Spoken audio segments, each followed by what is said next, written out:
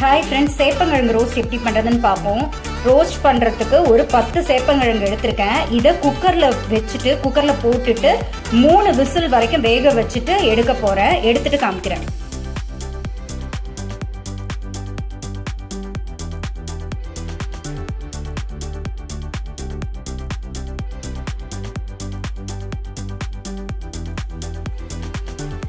சேப்பங்கிழங்க குக்கரில் போட்டு 3 விசில் போட்டு எடுத்துட்டேன். ஸோ இது கொஞ்சம் ஆறுனதுக்கப்புறம் தோல் உரிக்க வேண்டியதான். சேப்பங்கிழங்கு உரிச்சிட்டு 2 நறுக்கி வச்சுருக்கேன். பேன் போட்டுட்டு 2 ஸ்பூன் எண்ணெய் ஊற்றிருக்கேன். அது சூடானோடனே கொஞ்சமாக கடுகு போட்டுக்கிறேன், கருவேப்பிலை போட்டுக்கிறேன், கொஞ்சமாக பெருங்காயத்தூள்.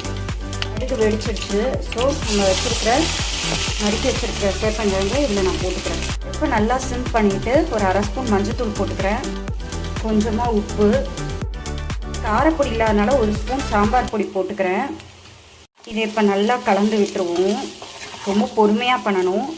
ஒரு 5 நிமிஷம் இந்த மாதிரி மிதமான சூட்லேயே இருக்கட்டும். அப்பப்போ கிளறி விட்டுப்போம், ஏன்னா இந்த பச்சை வாசனை போகணும். 10 நிமிஷம் ஆயிடுச்சு, அந்த பச்சை ஸ்மெல் போயிடுச்சு. ஸோ இந்த டைமில் 1 ஸ்பூன் அளவுக்கு கடலை மாவு, டீஸ்பூனால் ஒரு முழு டீஸ்பூன் நல்லா குமிச்சு எடுத்து 1 டீஸ்பூன் அளவுக்கு கடலை மாவை இதில் அப்படியே தூவி விட்றேன். ஏன்னா இதுதான் கொஞ்சம் ரோஸ்ட் ஆகும். அவுட்டர் லேயர் நல்லா ரோஸ்ட் ஆகிறதுக்கு இந்த கடலை மாவு தான் ரோஸ்ட்டாக மாறும். கடலை மாவு போட்டதுக்கப்புறம் கிளறி விட்டுட்டேன். ஸோ ஒரு 5 நிமிஷம் சிம்லேயே இருக்கட்டும். கடலை மாவு தூவி விட்டு 10 நிமிஷம் ஆகுது.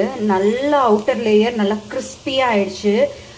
உள்ளுக்குள்ளார பார்த்தீங்கன்னா சாஃப்டாக இருக்கும், அவுட்டர் லேயர் நல்லா கிறிஸ்பியாக இருக்கும்.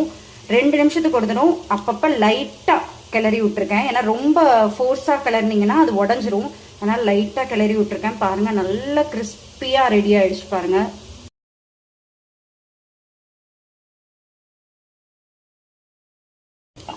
ஜென்ரலாகவே சேப்பங்கிழங்கு குழன்னு இருக்கு, டேஸ்டே இல்லாமல் இருக்குன்றதுக்காக தான் அவாய்ட் பண்ணுவாங்க. பட் இந்த மெத்தடில் பண்ணி கொடுத்தீங்கன்னா மிச்சமே வைக்காமல் சாப்பிடுவாங்க.